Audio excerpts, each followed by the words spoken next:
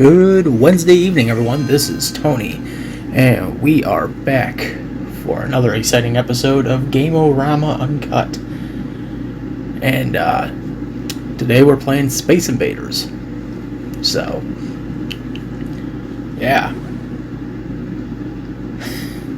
This is going to be fun. I'm going to be brutally honest with you people.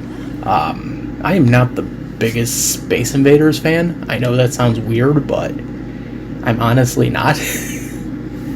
Like, I respect it for what it is. I respect it for what it did for the gaming industry at the time. But, like, I'm not the hugest fan. I was always more of a Galaga person. But then again, I was also more of a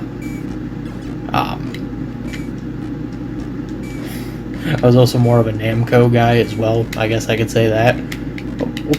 Haha. So yeah. So of course we're titling this episode 100 Yen. And for you keen people out there who don't know what this is, oh shit. This is a we're actually referencing a urban legend surrounding Space Invaders. Sorry, it's really hard to concentrate. Jesus Christ, they're like right at me. Fuck. Alright. But so there's an urban legend that that okay, let's do this again.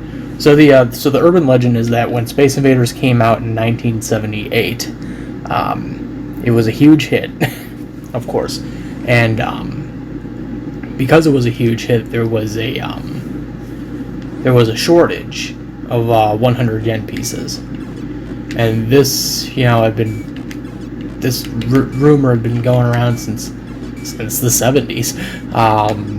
I don't think it was until like way later that people started to like look into it and realize that Taito was lying. But in some ways they were lying and they weren't lying, I guess I could say, because there's a part of it that kind of is true. But anyway, so the myth was that when Space Invaders came out, it was so popular, became such a big hit that the Japan Mint was running out of 100 yen coins. Shit. And so, because they ran out of coins, they put all the blame on Space Invaders. And so the rumor was that got to the U.S. is that the U.S. would probably experience the same thing with the quarter in 1979, which, of course, that didn't fucking happen. But like I said, that's all a myth. Alright, one last try. That's all a myth, and the truth of the matter is that what really happened was the Japan Mint just did not produce as many 100 yen coins during that period of time. Yeah, during that period they only produced, well, I don't have an actual number, but they produced way less than they usually did. So,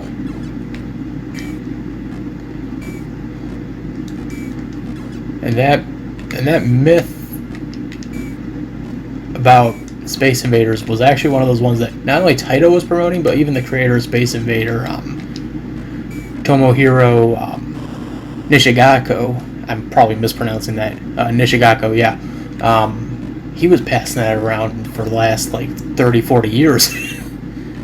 That was one of the big myths that made Space Invaders a big hit in Japan and made it a big hit in the US, and, anywho, but, yeah, that's why we're calling this episode 100 yen, and then, I guess I should add on top of that, the artwork we had done.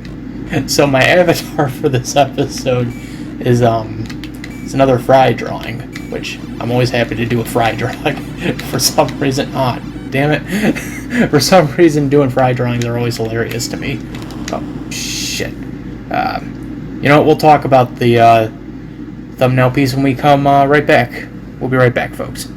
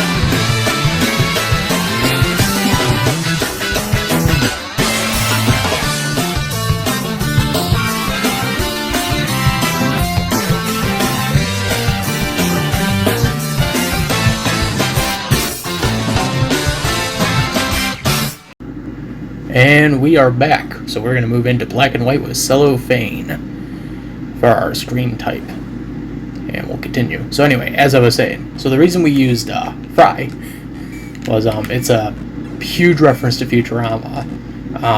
Especially, I think it's Anthology of Interest 1, if I'm correct. I cannot recall. I haven't watched the episode in a while, but I think it's Anthology of Interest 1. Yeah, it's 1. They did an entire segment on video games in the real world, kind of a la Pixels before Pixels, and the scene that I remember and a lot of people have actually memed now is the scene where the last challenge they have is to play Space Invaders, and Fry's the only one that knows how to play Space Invaders, so. He goes through this monologue of saying, it's Wednesday night, you have no date, you got a 2-liter bottle of Shasta, and an all-rush mixtape. Let's do this. And so I was like, alright, that's perfect, we gotta use that.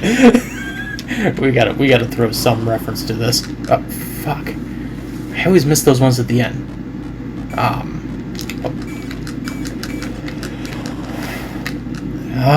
Okay. But I love that so much that I had to do it, and of course because I don't drink Shasta, and I don't know what the fuck Shasta is. I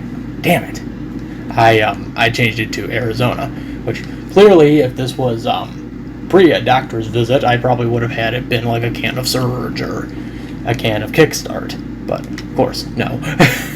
It's Arizona because not sure if anyone's realized yet, but I've had to switch drinks per doctor's orders to drink less sugar and less calories, and Arizona has less calories, so which I'm all fine with. But anywho, but yeah, so I did that, and then instead of an all rush mixtape, I thought early '80s British new wave. I don't know why. I think I was listening to some British song from like 85, 86. And I was like, oh yeah, this is the joke I want. Oh.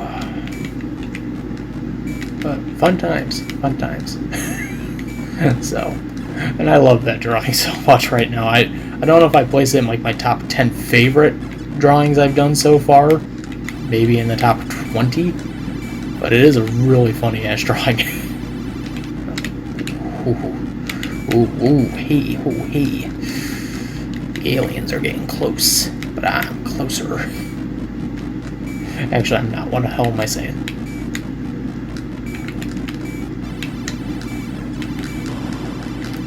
Oh, fuck. That's actually really good. I never did this well at fucking... damn it. Space Invaders, and now I'm jinxing myself, it looks like. Ooh.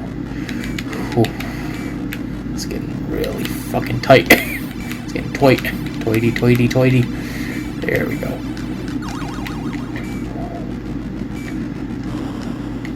Oh, fuck. Alright, I got one more chance.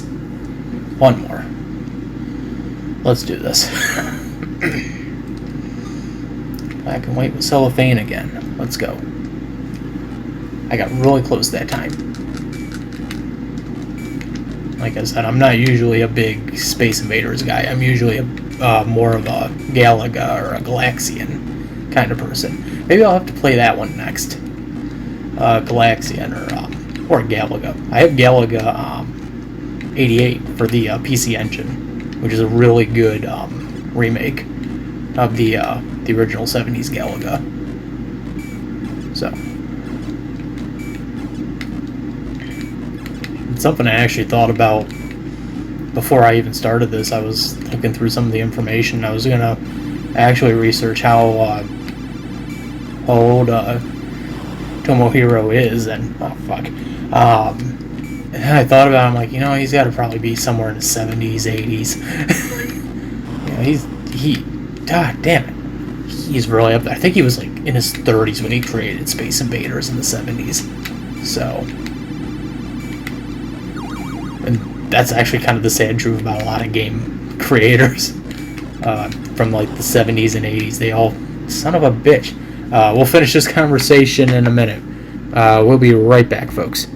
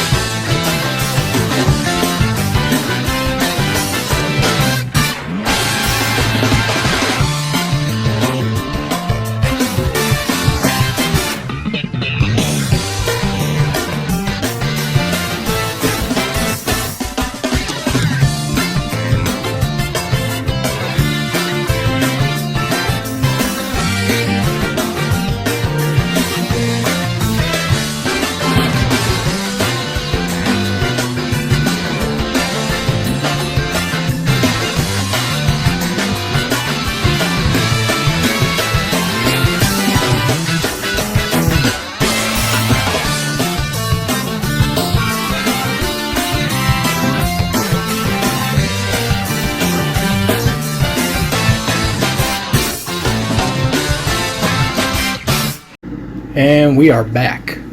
So we are going to move from black and white with cellophane to full-on color. Finally, we get some richening color in this.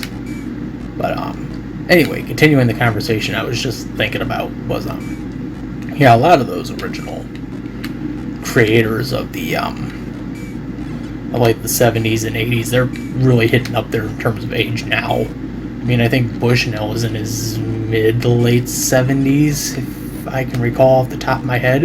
I know Miyamoto's in his late 60s, early 70s. They're really hitting up those in those ages. It's kind of interesting to think about. you know, Crane's in his, I think, his late 60s, early 70s as well. Alcorn, I think, is in his early 70s. But I think Tomohiro, I think he's in his, I want to say he's in his mid to late 70s, early 80s. But I don't really want to dive, into this. Just figured that was an interesting observation I thought about. But you gotta be kidding me. Before I started.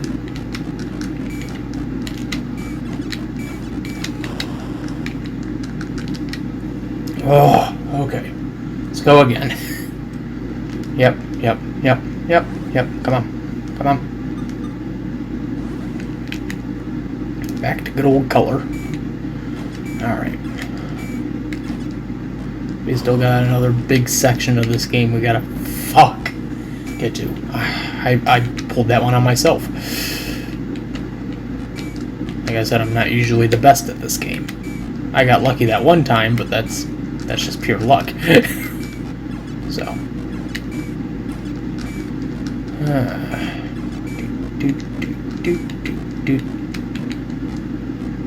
I think there's a new Space Invaders game out for the Switch. I think it's Space Invaders Anthology, if I remember hearing correctly, where they essentially did like all the Space Invaders games that came out from like 78 to 96. Which I didn't realize they even made like a Space Invaders 2.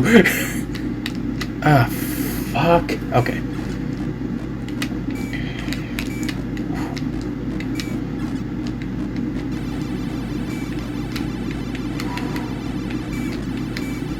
Oh shit, they're getting close and I'm not good.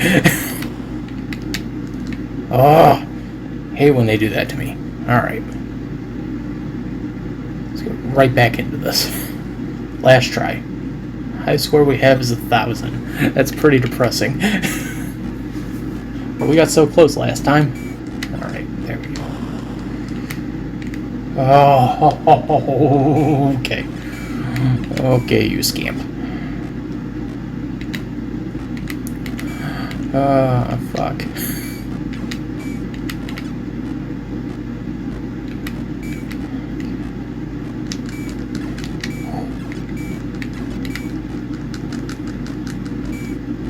Oh, I hate when that happens. Your shot matched up with their shot. Now you guys are in a duel. Fuck. Fuck.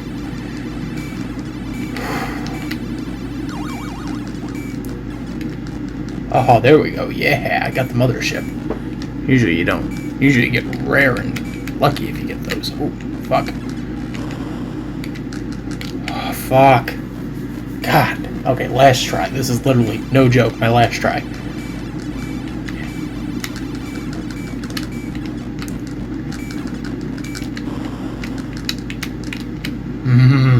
Okay then. Alright. I believe that is it for me. Folks, we're going to take another quick break. We'll be right back.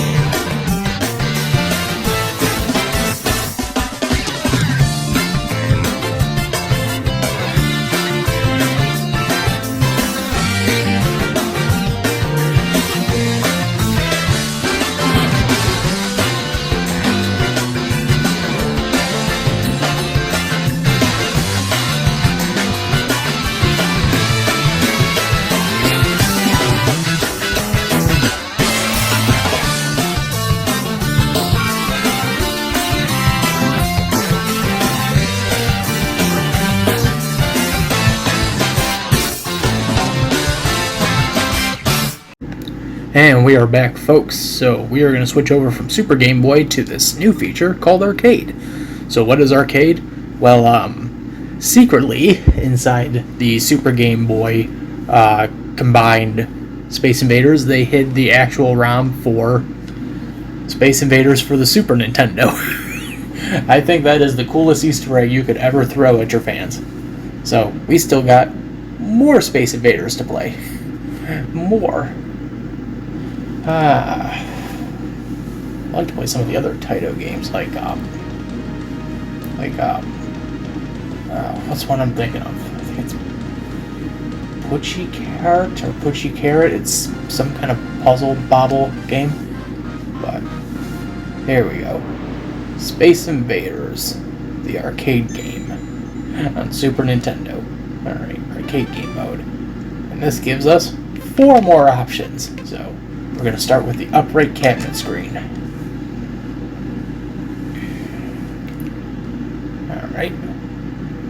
Here we go. So, yeah. The Super Nintendo game was hidden on here. So much fun.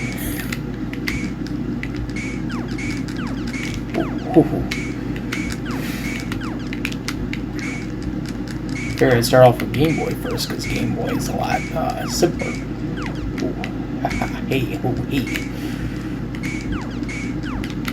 And this is actually like how the arcade ones looked in the US in the late 70s, early 80s. Like this was right around the time Star Wars came out, when this came to the US.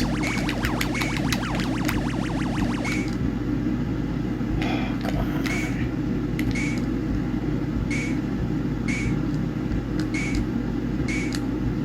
Fuck. Alright. Oh, fuck.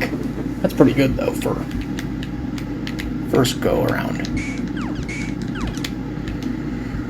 Whew. Ah, damn it. Alright.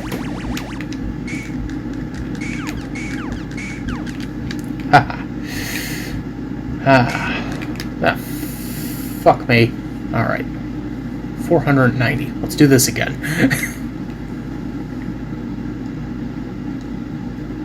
Alright.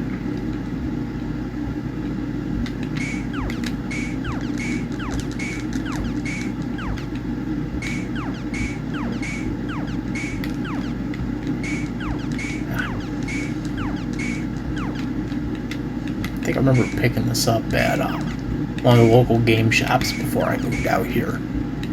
I remember where exactly. Actually, no, I can remember exactly where it was, because it's the only local game shop near our town. Fuck. No, it wasn't called fuck. It was called, Chaotic. It's not that I'm usually bad with names or remembering shit. It was just, I was trying to actually remember, did I pick this up at Chaotic, or did I get it at, like, J Street? I think I got this at Chaotic, though. Because it seems like, damn it. It seems like one of those ones I would have gotten at Chaotic.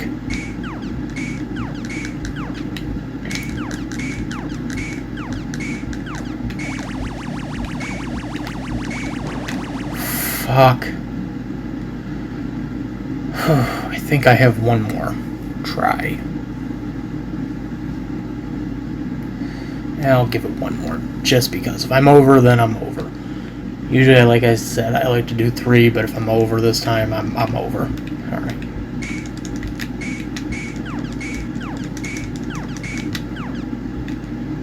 It's because I was having a good conversation. Like I said, I think it was Chaotic where I picked mine up from. I think I got it for like $15, which, even then, that's kind of high for a copy of Space Invaders. But I guess, I mean, if you're also secretly hiding a Super Nintendo game in your ROM, I mean, yeah, you'd want to you'd want to jack that price up too. Done a lot of good finds at Chaotic actually over the years. My GameCube came from Chaotic. Whew, that was close. My GameCube came from Chaotic. My what else did I get? Well, I got most of my NES games through Chaotic, I know that. Fuck. I'm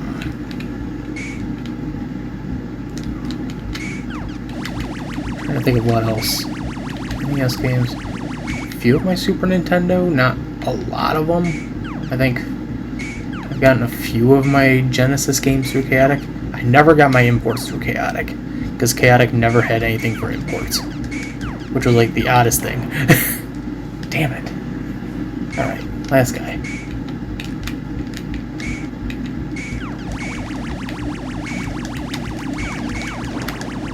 Fuck. Alright. Folks, we're gonna take a quick break. We'll be right back.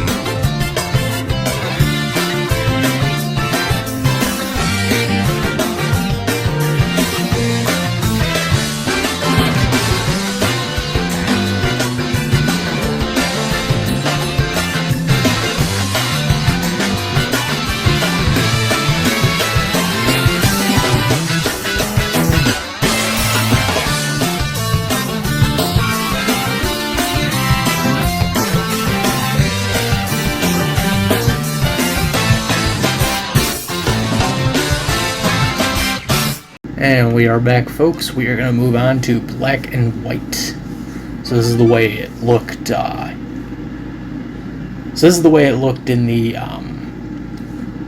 the Japanese arcades in the 70s. So, and I think the later U.S. releases when they did the re-releases, and they didn't use the space background anymore. So.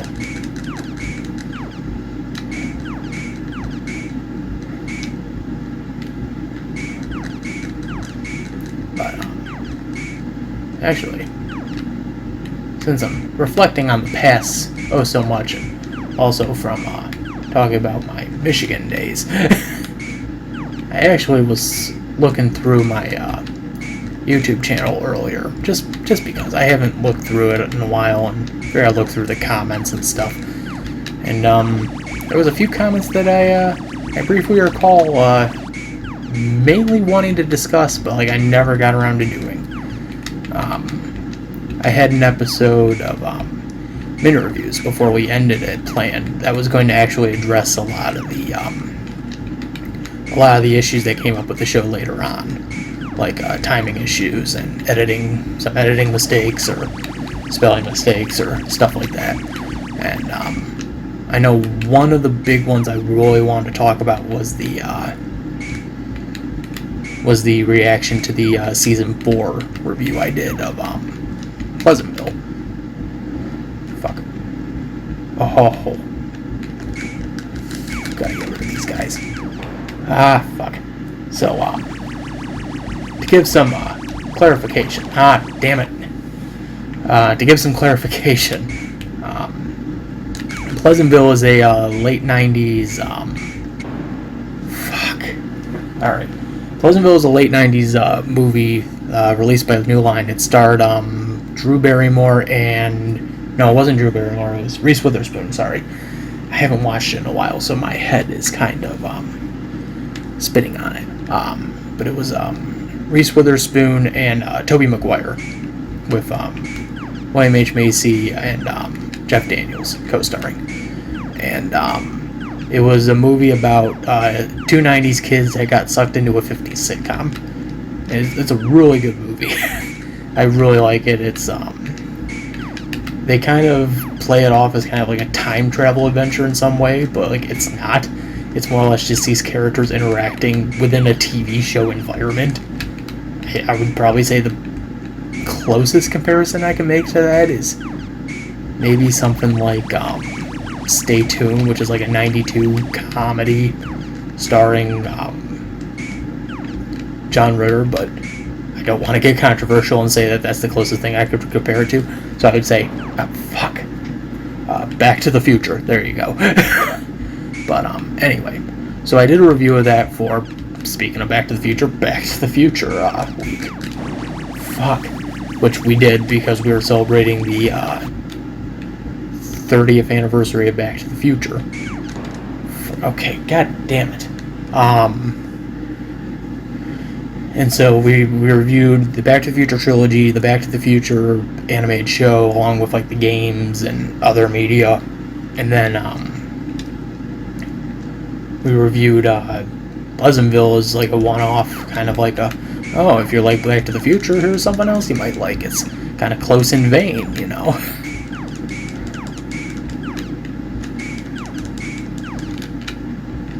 And so we reviewed that, and I got a lot of feedback for how I analyzed the ending, and I kind of want to address that in a way, because I feel like people didn't kind of grasp where I was coming with that analysis from. I know it's kind of strange to actually bring this up because that's like a 6-year-old video, but it's been something that's been swimming in my head, and I've kind of wanted to do some kind of like, you know, addendum to that and say like, okay, this is what I was kind of referring to, or this is how I wanted to word it.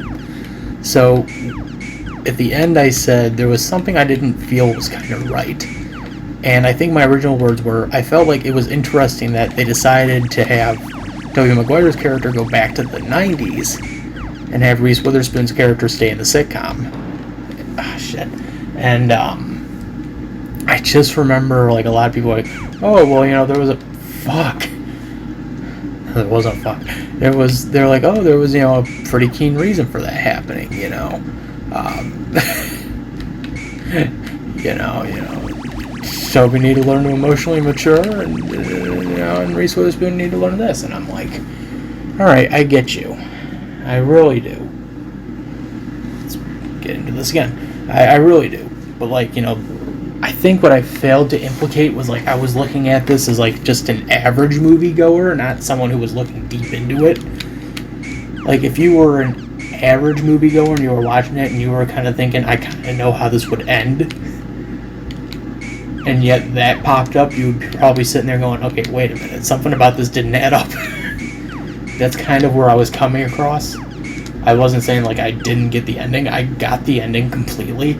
Heck, I even got the allegory for the movie, and I was just, like I said, the thing that kind of just threw me off was that in a way, but I looked at it more as like an average moviegoer than than someone who, you know, is studying film, I guess is the way I want to put it. I just feel like I just wanted to talk about this, because it's something that's been constantly playing around the back of my head. It's not like the first huge it's not like the first huge controversy I've had to deal with, or like feedback on that one.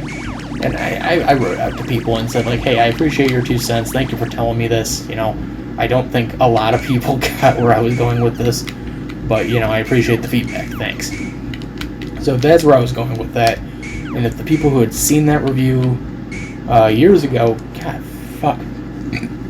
who've seen that review years ago, end up coming across this.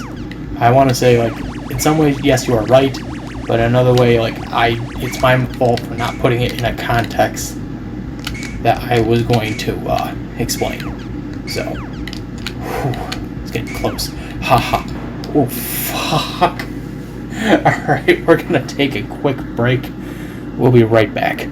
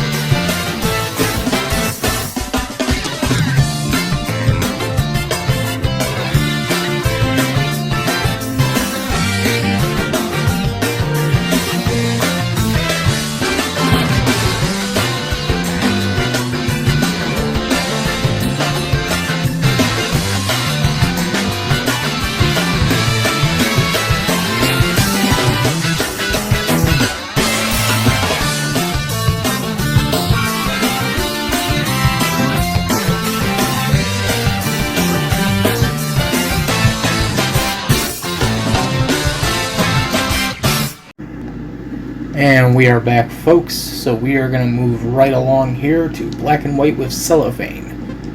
And going back into our previous discussion about comments and rebuttals for unintentioned or mistaken, implications, there's another video I want to talk about that had some comments on it from like years back that I kind of want to just go over, because it's the one video I've gotten a lot of flack on, and I kind of want to address the flack just because I feel like maybe in some ways they're right, but in another way, like, maybe I'm also just not as well versed in this stuff as I think I am. What's the word I'm looking for?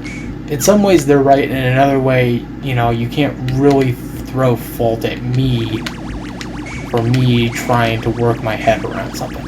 So the video I'm talking about is the Launchbox review. It was the original pilot I had done for Game-O-Rama, the original version from back in like 2015, 2016. And alright. And so for the original version of the pilot, we covered Launchbox, which is this program you can get to help organize your emulators. It comes with all these features, like you can display box art, you can have them separated by genre, separated by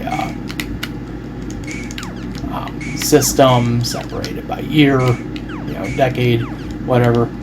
So, I decided to download it and review it, and I'm gonna just lay out flat out like the reason why I did.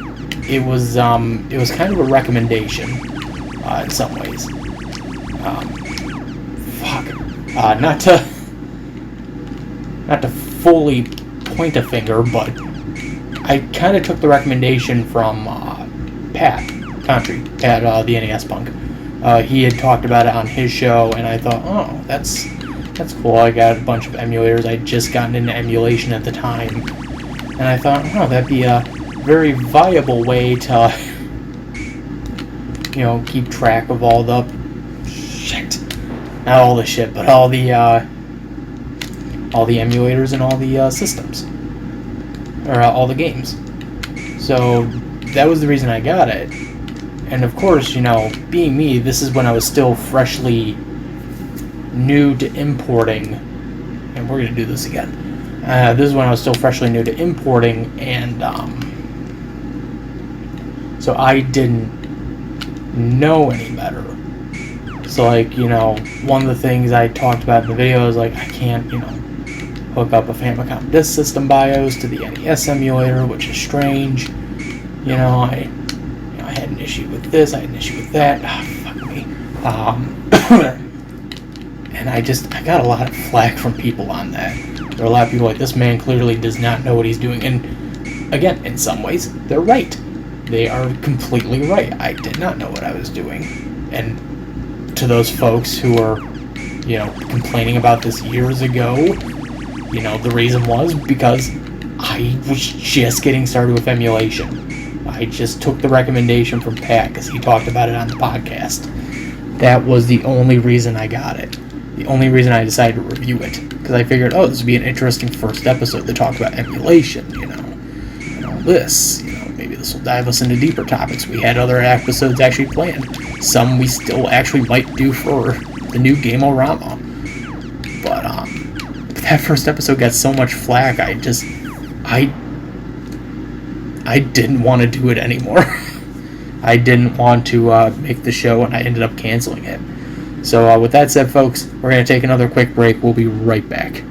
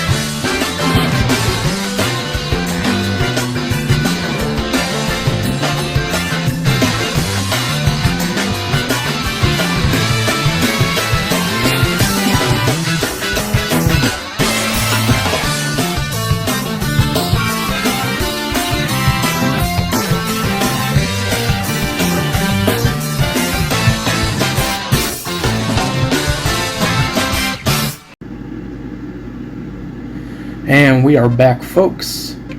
So we are moving into our last game for the night, Full On Color. So it's been pretty nice to talk about all those comments and bringing up the past mistakes. And like I said, I'm essentially getting to, I was a little younger at the time. I did not know better. If I was doing those videos again, I would probably have a different mindset on how I'm doing them. So, yeah. So I feel like that's something that needs to, in some ways, be acknowledged. That, I was in a different mindset at that point with those early videos. The launch box review was done, I want to say, right on the cusp of things changing around me. Not to dive deep into it, but, it was kind of right at that cusp where, things around me weren't being as, being as normal as I thought they would be, to put it in a better word. So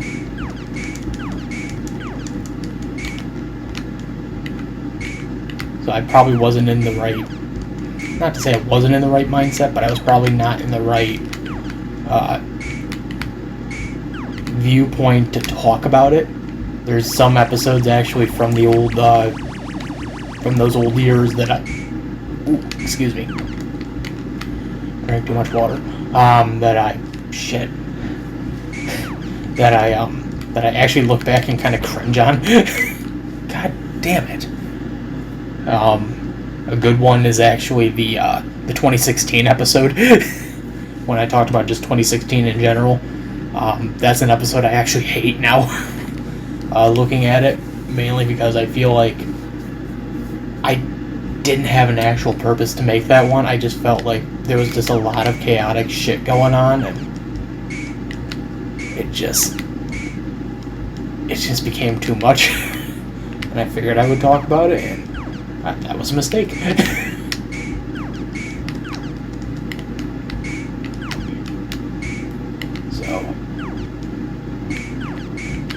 Anywho, that's enough of the past. What do we got in the future?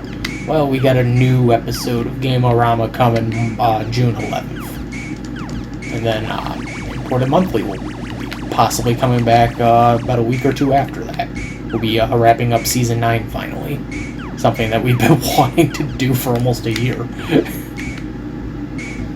And because of the move, we kind of didn't get a chance to actually fully wrap up the way we wanted to. So we're hoping that we can at least wrap up the way we wanted to. We might take some shit. We're not going to take some shit, but we're going to probably take just a little more time off after that, just because. So, but yeah. So, got all that to look forward to. Of course, we got some all new uncuts that'll be coming in the summer with some special guests. We actually got some guests lined up, or a guest lined up, for a whole string of videos. Fuck. I'll do one more. We got a special guest lined up coming for an entire run for the summer. So we're looking forward to that, because we got a lot of good episodes. A lot of good episodes being planned for that run that I think you'll really like. Can't give away too much. So, but me and the guest have been in talks over the schedule and making sure we have everything down, all the stuff figured out, what we need, what we don't need. Are we doing this? Are we not? Fuck. So, and just what's generally going to be our attitude towards this entire run.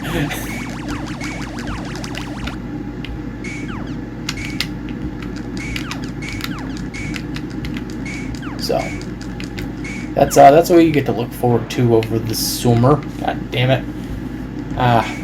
Fuck.